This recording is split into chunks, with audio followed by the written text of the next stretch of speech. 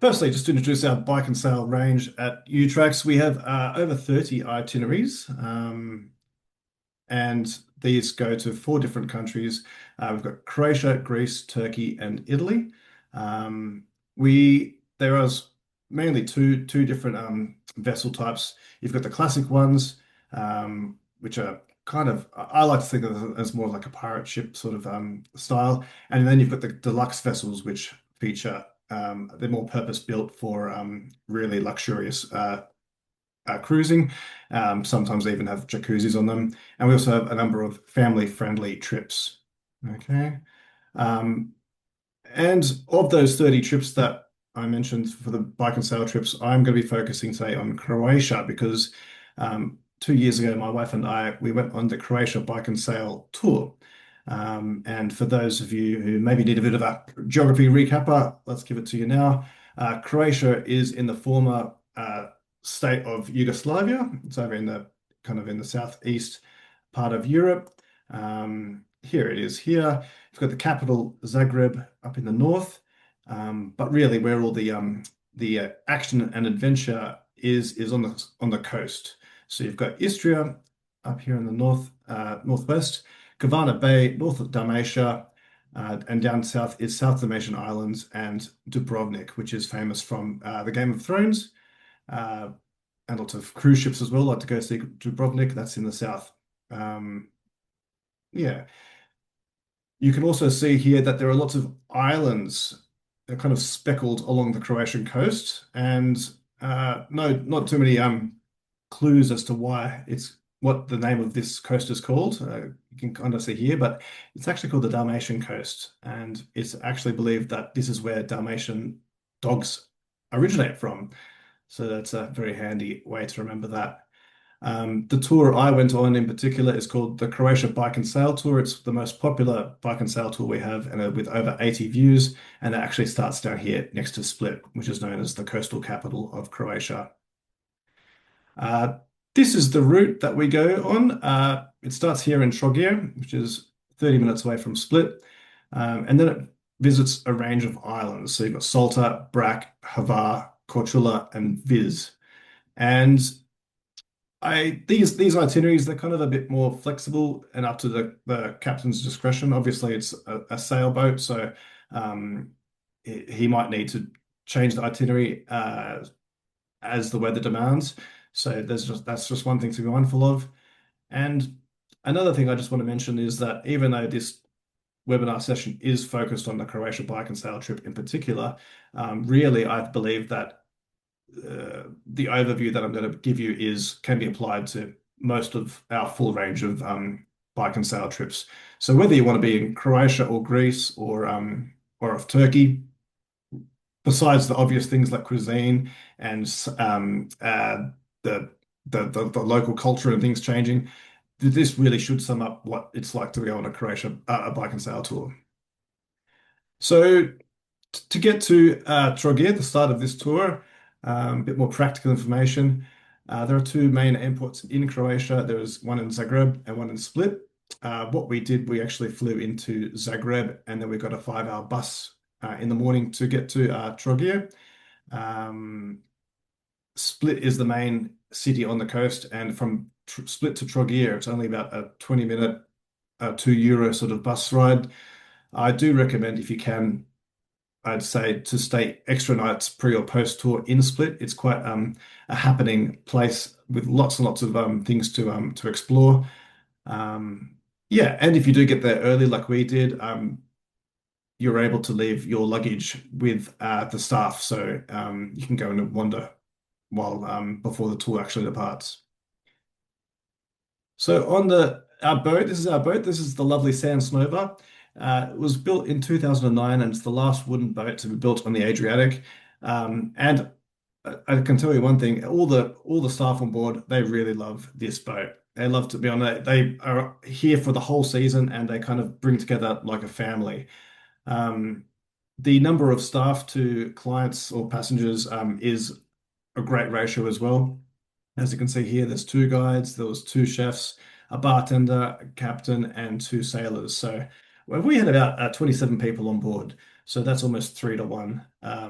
clients to staff ratio. So yeah, we were definitely really well looked after on board our Sam Smaver boat. This is a typical cabin. We opted for the top floor. As you can see, it's quite a simple room. This is on a classic trip, by the way. There is luggage storage underneath your bed, and there's also a closet over here to the left. So our backpacks were able to be stored really nice and securely. They were had heaps of room to move around. It's also got its own private ensuite. So this is just next to the bedroom. And look at that view. So even though the rooms are air conditioned, it was quite nice just to leave the door open and look out over the blue waters of the Adriatic. Okay. For each morning, in breakfast time, we got very much fueled for the day ahead of us. So there would be a huge spread, yogurt, cereals, breads, cheeses, the local pates, sliced meats, fruit and juice, and then there'd also be a hot meal consisting of eggs or the Croatian pancakes.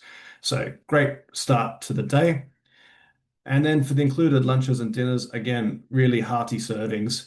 There'd be a variety of fish and meats, plus some local fares thrown in as well. So on the right here, you can see this is squid ink risotto, a Croatian delicacy, which is a must try. Um, and yeah, you definitely did not go hungry on these meals. They also provided for you if you have any dietary requirements. We tell them the staff ahead of time, and they're able to arrange things accordingly. It's quite nice too on board. The 27 passengers, we all mingled, and each mealtime we kind of sat differently, and it was really interesting to talk to your fellow traveller. So no mealtime was quite the same. They also have an onboard bar, which I'm sure a few of you will be very happy to hear. And so, yeah, lunchtime or at meal times, you're able to get a bottle of beer or some wine, and that's just kept on board as a tab. So at the end of your journey, you just paid the bill there. Now for the bikes, which my lovely wife is modeling here. She's quite smug actually because she opted for an e-bike, whereas I decided to go for a hybrid bike.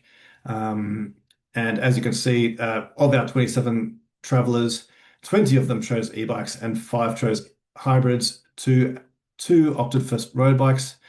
Those two people, they were quite fit. They were actually part of a cycling club back home, and they were really adept at experiencing the cycling distances we were doing each day. Um, we actually did have two people. They were on hybrid and road bikes, and they did opt to upgrade to an e-bike during the journey, just because this is really more of an active holiday. It's not really something that you want to be huffing and puffing on. So if you are thinking about an e-bike, I do suggest you opt for that.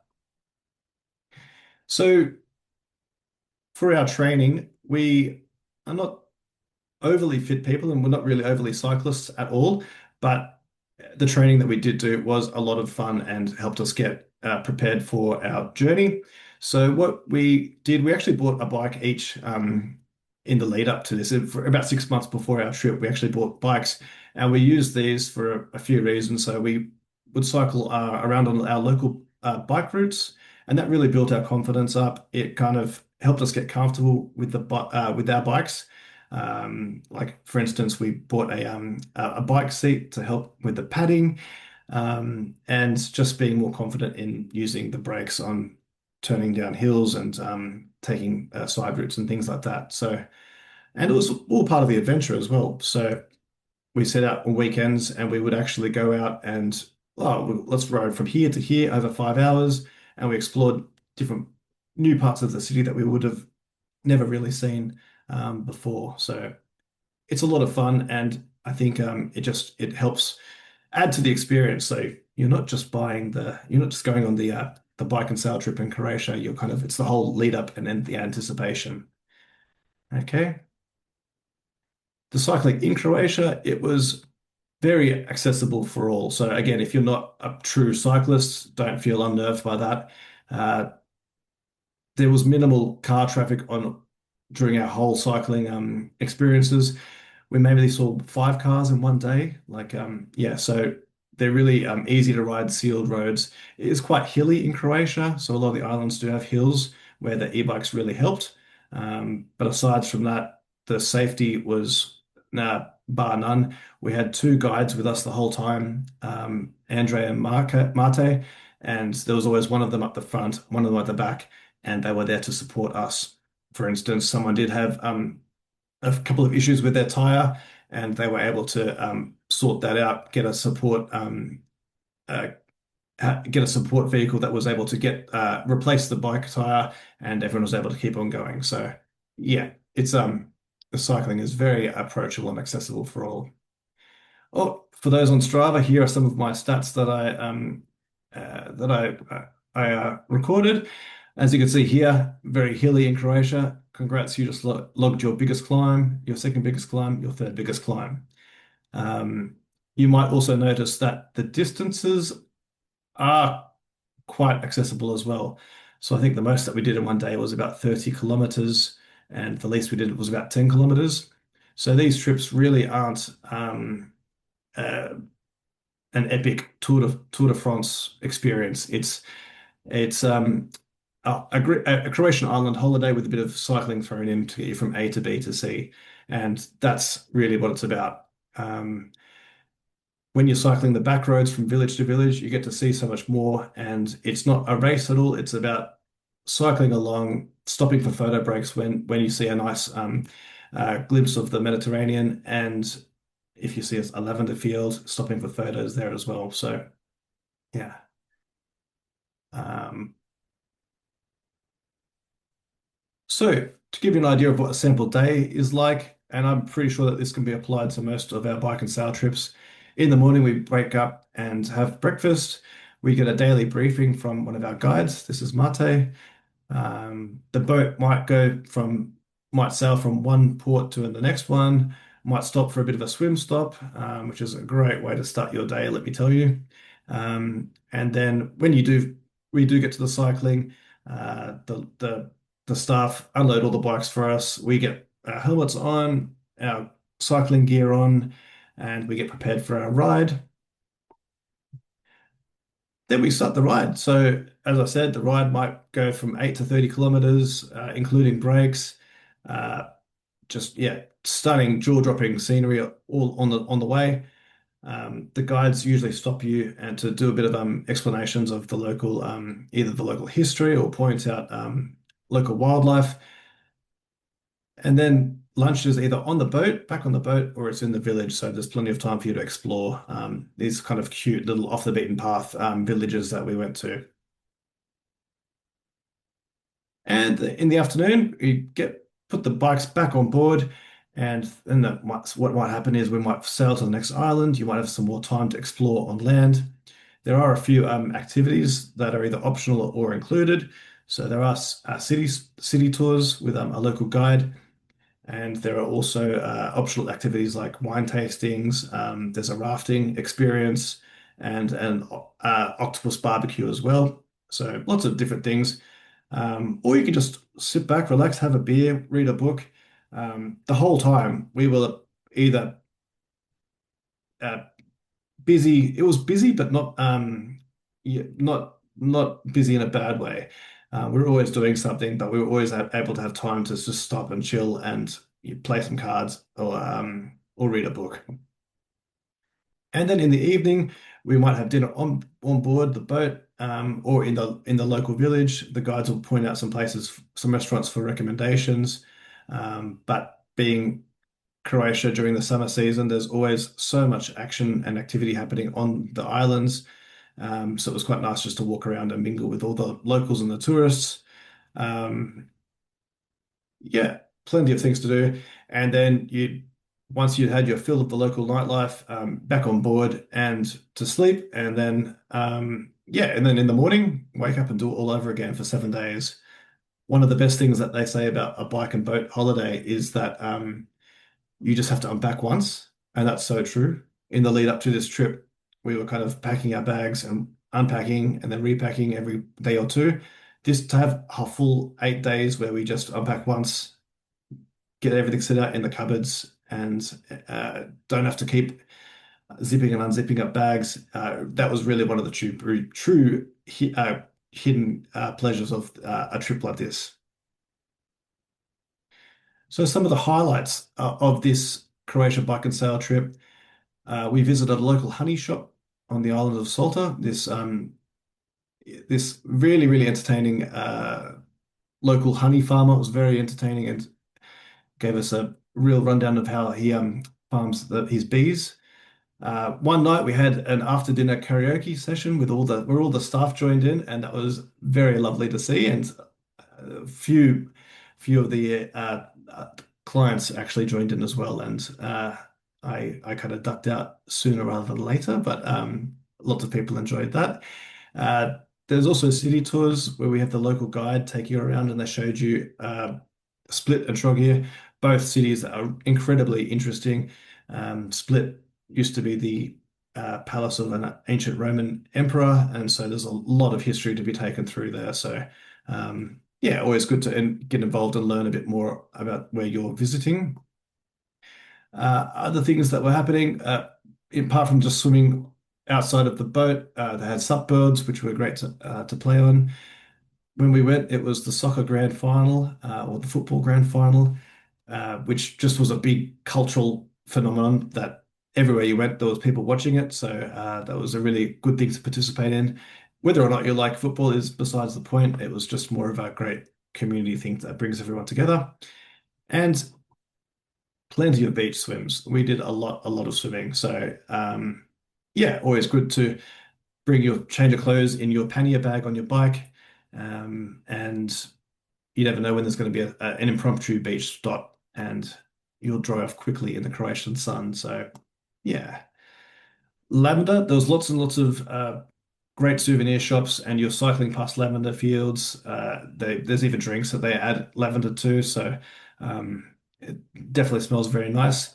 One afternoon, there was also an optional afternoon ride to the small village of Dol, which was actually probably my highlight. If you're on a tour and the guides say there's an optional activity that we're going to go do, I always thoroughly recommend doing it because this turned out to be one of the best trip things about the trip. I think it was just a really interesting historical village, and we got to try some of this yummy doll cake, um, which is only made in this one particular village in Croatia. So fantastic. And for my wife, she loved the local wildlife, which is cats. So plenty of cats in Croatia, which got us stopping and me frequently telling her, begging her not to touch them. But anyway.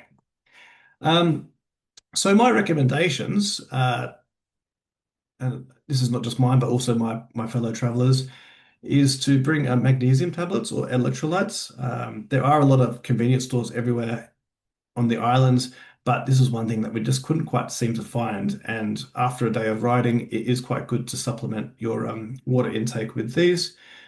We also found that using a sports belt or a phone leash, it's kind of something that wraps around your stomach, and you can pop your phone in there. So if you need to take an impromptu photo at any stage, you can quickly whip that out and take that photo.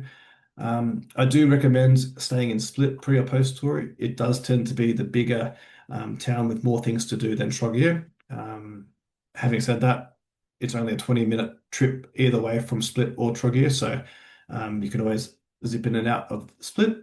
And I also recommend watching our UTracks' bike and sail film on Croatia. It goes for about 5 minutes, but it really gives you an actual perspective of what it's like to be on a tour. And our filmmaker, Tim Charity, he's actually got a series of UTracks films, which I think give an unparalleled look into what it's like to go on these self-guided itineraries. Okay.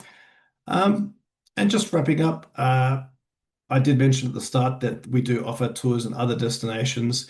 They are in Greece, Turkey, and Tuscany, as well as other parts uh, of Croatia. Uh, awesome times. I think, especially looking at, I might bring Sophie back as if she's around, but hi, Sophie. Yeah, just while we were on our bike and sail trip, there was big, huge cruise vessels rocking up, and there were people being herded around, and we were all of us bike and sail travelers looked at each other and be like, oh, thank goodness we're not part of that group, but we're kind of doing it a bit more in a small group, and we're a lot more flexible and able to accomplish much more. Plus, we were fit and cycling, so we were able to really indulge in the beers and the delicious foods that Croatia has to offer as well. So, did you find that in your experience, Sophie? And you did the Yep. Cabana Bay, yeah, Yes, I did. Absolutely. Couldn't agree more. It was very satisfying. I think everyone felt pretty good from the mix of cycling and play. yes, yeah, very good, yeah. If you had to do another trip, where would you go? Yeah, I think I'd put one of the Greece or Turkey ones on my list for sure. I Yeah, think the Turkish gullet style boats definitely are pretty attractive to me. So yeah, I think even Lycian Coast could be on my list for sure. yeah, nice. Okay, so we're just going to open up to questions now. So if anyone has any questions that they'd like to ask of me and myself or Sophie, there's a little chat box at the bottom of your screen. You can feel free to write anything you'd like in there. We'll do our best to answer it. But we have had one from Kate, and she's asked us, when is the best time of year to go? Sophie, if you. Yeah, yeah, absolutely. Hmm. So yeah, most of our ones, for example, the Croatia Bike and Sail runs all the way through from May up until September, late September typically. And look, I would say every part of the season is going to bring something a little bit different. When you went, Will, which I know you've shared with me, that June, July period is obviously the hottest. You're going to get in the most beach swims because it is very warm weather. So it definitely is the hottest time of the year if you do like the heat. But otherwise, I think kind of that May, September is when we see a lot of people going. Obviously, September, you've got the warm water from the summer period. So it's quite a nice time to go then when the water's all warmed up. But at the same time, the outdoor temperatures pretty comfortable. In saying that, if you're not a huge swimmer, May is going to be beautiful and much quieter for you. So, if you're looking for a quiet time, then May is great as well. So, yeah, every time period that we offer definitely has its advantages based on what your priorities are for the trip. Yeah, fantastic. Um, and another question here from Anthony. They've asked if they can do it as a solo traveler. Yeah, yeah, for sure. So, typically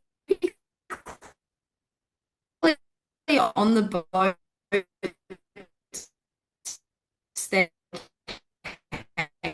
of cabin a solo traveler, be sure to get in there early and choose a date because they do sell out relatively quickly, but it is absolutely an option for you and actually a great way to spend your holiday because obviously you're with people on the boat and you're spending time together, so you're definitely not alone being a solo traveler on one of these. Yes, definitely not. We actually had two solo travelers, and they happened to freely talk with everyone else on their trip, and also buddied up together. So yeah, it was quite a nice experience. Um, For sure. yeah. Okay. We have a question here from Lisa. She's asked, "What if you don't want to ride?" Like, Yeah. I guess, maybe if you either can you join a trip without riding, or if you feel like just one day you don't want to ride. Sure, sure. So we definitely had people on my boat that didn't ride every day. And there are quite a few options. As Will said, sometimes the boat is moving port while you're cycling. Other times it's sitting where it might be, depending on what the schedule is for the day.